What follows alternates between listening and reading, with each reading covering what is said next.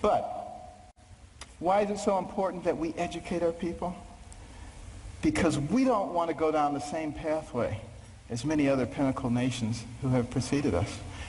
I think particularly about ancient Rome. Very powerful. Nobody could even challenge them militarily. But what happened to them? They destroyed themselves from within. Moral decay, fiscal irresponsibility. They destroyed themselves. And if you don't think that can happen to America, you get out your books and you start reading. But you know, we can fix it. Why can we fix it? Because we're smart. We have some of the most intellectually gifted people leading our nation. All we need to do is remember what our real responsibilities are so we can solve the problems. I think about these problems all the time.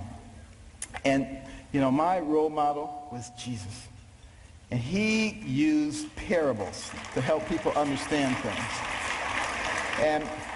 And one of our big problems right now, and like I said, I'm not politically correct, so I'm sorry, but, you know, our deficit is a big problem. Think about it. And our national debt, $16.5 trillion. You think that's not a lot of money? Tell you what, count one number per second, which you can't even do because once you get to 1,000, it'll take you longer than a second. But one number per second, you know how long it would take you to count the 16 trillion? 507,000 years. More than 500,000 years to get there.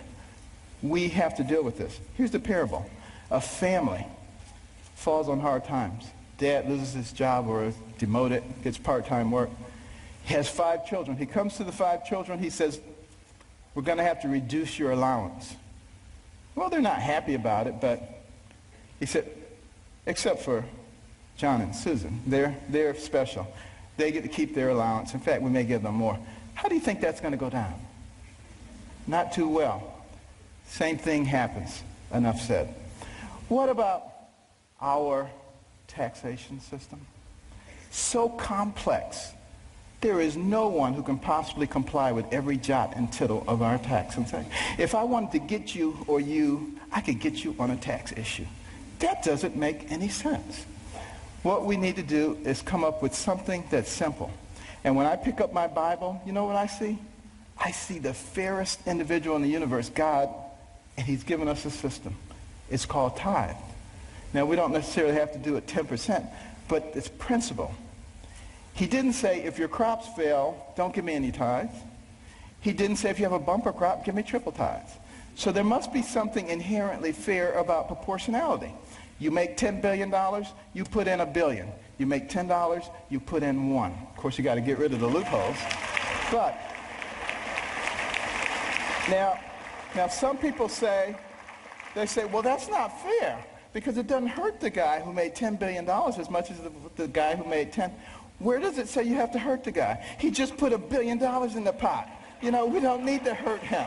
You know, it's that kind of thinking. It's that kind of thinking that has resulted in 602 banks in the Cayman Islands. That money needs to be back here, building our infrastructure and creating jobs. And we're smart enough